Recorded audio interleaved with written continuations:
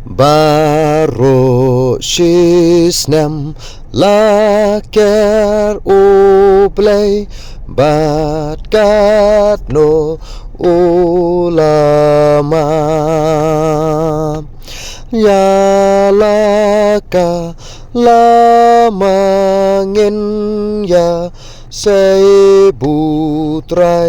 ulayara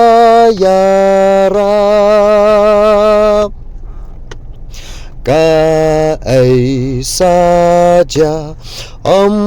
la ban ong hakisgi kiban mi kajings bon kat nuk den ka longanda mangayapi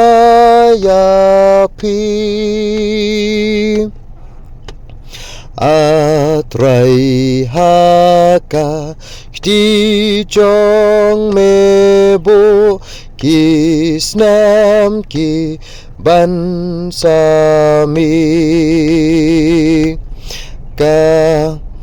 kabor jong meban shanya